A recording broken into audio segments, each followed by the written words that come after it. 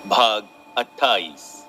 याद रखें, चूंकि आपका भविष्य आपकी आदतन सोच का परिणाम है, इसलिए वो पहले से ही आपके मन में है, जब तक कि आप इसे प्रार्थना द्वारा बदलते नहीं। इसी तरह देश का भविष्य भी देशवासियों की सामूहिक अवचेतना में है। उस सपने में कुछ भी अजीब नहीं है जिसमें मैंने अखबार की सुर्खियां देखी थी। हालांकि वे घटनाएं उस समय तक नहीं घटी थीं। बहरहाल वो घटनाएं उन लोगों के मन में तो पहले ही घट चुकी थीं जिन्होंने उनकी साजिश रची थी। उनकी सभी योजनाएं पहले से ही उस महान रिकॉर्डिंग यंत्र यानी शाश्वत मन के सामूहिक अवचेतन पर अंकित थी। आने वाले कल की घटनाएं आपके अवचेतन मन में हैं। इसी प्रकार अगले सप्ताह और अगले महीने की भी हैं।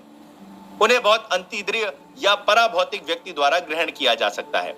अगर आप प्रार्थना करने का फैसला लें तो आपके साथ कोई अशिष्ट नहीं हो सकता।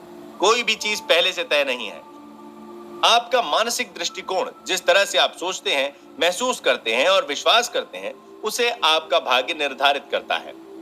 वैज्ञानिक प्रार्थना द्वारा आप अपने भविष्य को ढाल सकते हैं, आकार दे सकते हैं और बना सकते हैं। मनुष्य जैसा बोएगा वैसा ही उसे काटना पड़ेगा। बरसों पहले मेरे एक विद्यार्थी ने मुझे अखबार की कटिंग भेजी थी जिसमें रे हैमरस्ट्रॉन्ग नाम के व्यक्ति के बारे में लेख था। वो पीटर्सबर्ग स्टील मिल में काम करता था। मिल के विभाग में हाल ही में एक नई मशीन लगाई गई थी जो बनकर निकलने वाली गर्म स्टील की छड़ों की डिलीवरी नियंत्रित करती थी। मशीन लगाने वालों की सारी कोशिशों के बावजूद मशीन ठीक से काम नहीं कर रही थी। इंजीनियरों ने इस दिशा में कई दिनों तक मेहनत की, लेकिन कोई फायदा नहीं हुआ। हैमरस्ट्रॉन्ग ने समस्या के बारे में बहुत सोचा। उसने एक नई डिजाइन तैयार करने की कोशिश की जो काम कर सके, लेकिन वो कुछ नहीं सोच पाया। एक दोपहर वो झपकी लेने के लिए लेटा। सोते समय ही वो दोषपूर्ण स्विच की समस्या के बारे में सोच रहा था। झपकी के दौरान उसने एक सपना देखा जिसमें उसे स्विच की आदर्श डिजाइन दिखाई दी। जागने पर उसने सपने की आकृति के अनुसार डिजाइन का स्केच बना लिया। उस कल्पनापूर्ण झपकी ने हैमरस्ट्रॉन्ग को $15,000 का चेक दिलवा दिया, जो उस फर्म द्वारा किसी कर्मचारी को नए विचार के लिए दिया गया सबसे बड़ा पुरस्कार था। Doctor H.V. हेल्प्रेज पेंसिल्वेनिया यूनिवर्सिटी में प्रोफेसर ऑफ एसीरियन थे। अपने संस्मरणों में वे एक अद्भुत अनुभव बताते हैं। एक शनिवार की शाम मैं निरर्थक कोशिशों के बाद थक चुका था।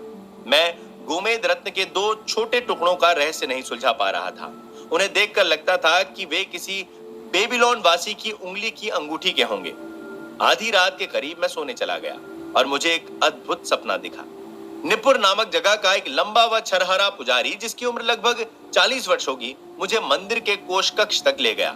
एक छोटा नीची छत वाला कमरा जिसमें खिड़कियां नहीं लगी थी, जहां गोमेद और लहसुनिया के टुकड़े जमीन पर बिखरे पड़े थे। वहां उसने मुझसे कहा, जिन 2 टुकड़ों के स्केच आपने पेज 22 और 26 पर प्रकाशित किए हैं, वे उंगली की अलग अलग अंगूठियां नहीं हैं, वे इकट्ठा हैं। पहली 2 अंगूठियां देवता की मूर्ति के कानों की बालियां हैं। जो 2 टुकड़े आपके पास हैं, वे उनके हिस्से हैं। अगर आप उन्हें इकट्ठे जोड़कर देखोगे तो मेरी बात की पुष्टि हो जाएगी। मैं तत्काल जाग गया। मैंने टुकड़ों की जांच की और मुझे हैरानी हुई कि मेरा सपना सच था। समस्या आखिर सुलझ गई। इस स्पष्टीकरण से उनके अवचेतन मन का रचनात्मक ज्ञान प्रदर्शित होता है, जो उनकी सभी समस्याओं के जवाब जानता था। अपनी पुस्तक अक्रॉस द प्लेन्स में रॉबर्ट लुई स्टीवेंसन ने सपनों के विषय पर एक पूरा अध्याय लिखा है। वे प्रबल स्वप्नदर्शी थे। उनकी आदत थी कि वे हर रात सोने से पहले अपने अवचेतन को स्पष्ट निर्देशित करते रहें। वे अपने अवचेतन मन से आग्रह करते थे कि सोने से पहले वो उनके लिए कहानियां गढ़े।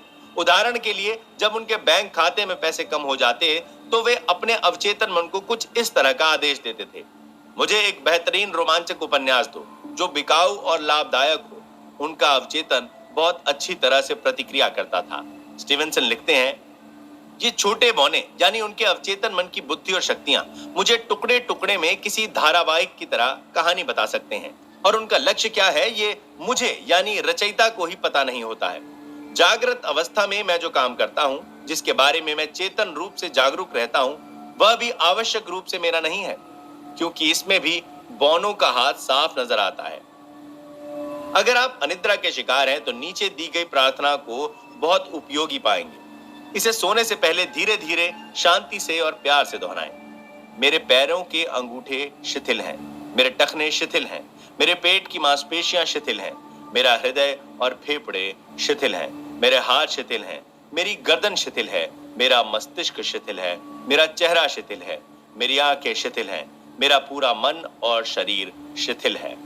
मैं पूरी तरह से हर एक को क्षमा करता हूं और सबके लिए सद्भाव, स्वास्थ्य, शांति और जीवन की सभी खुशियों की सच्ची इच्छा करता हूं। मैं शांति से हूं, मैं संतुलित और शांत हूं, मैं सुरक्षा और शांति में विश्राम करता हूं। एक गहरी शांति मेरे पूरे अस्तित्व को शांत करती है जब मैं अपने भीतर दैवी उपस्थिति का एहसास करता हूं। मैं जानता हूं कि जीवन और प्रेम का एहसास मेरा उपचार करता है। मैं अपने को प्रेम की चादर से लपेटता हूं और सबके प्रति सद्भावना से भरा सोता हूं। रात भर शांति मेरे साथ रहती है और सुबह मैं जीवन एवं प्रेम से भरा रहूंगा। मेरे चारों तरफ प्रेम का दायरा है।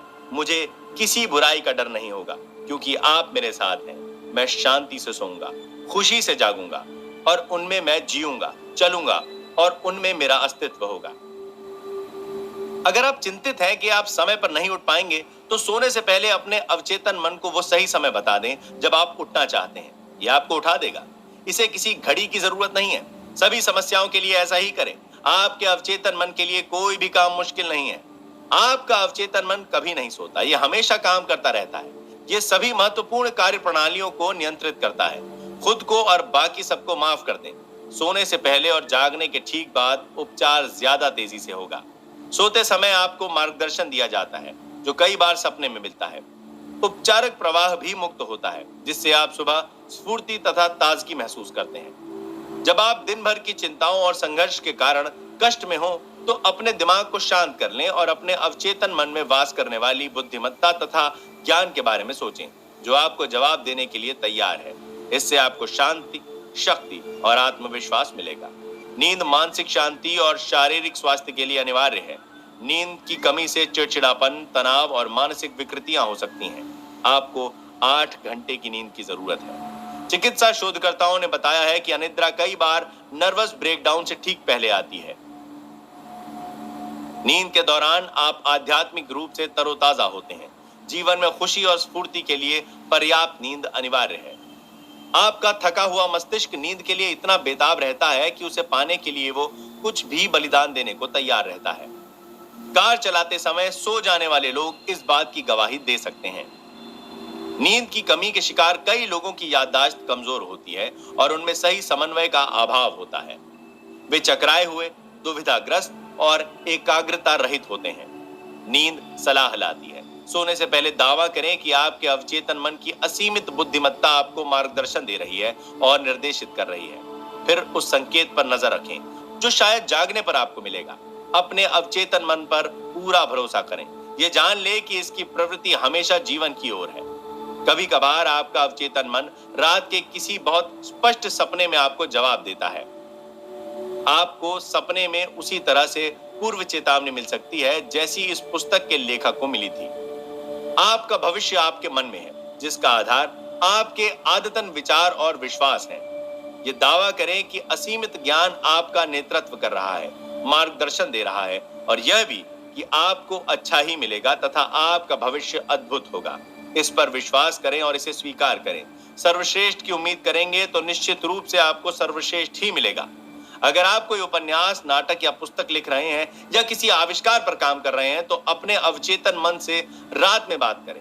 साहस के साथ दावा करें कि इसकी बुद्धिमत्ता, ज्ञान और शक्ति आपको मार्गदर्शन व निर्देशन दे रहे हैं तथा आदर्श नाटक, उपन्यास, पुस्तक या आदर्श समाधान को प्रकट कर रहे हैं। जब आप इस तरह से प्रार्थना करेंगे तो चमत्कार हो जाएंगे।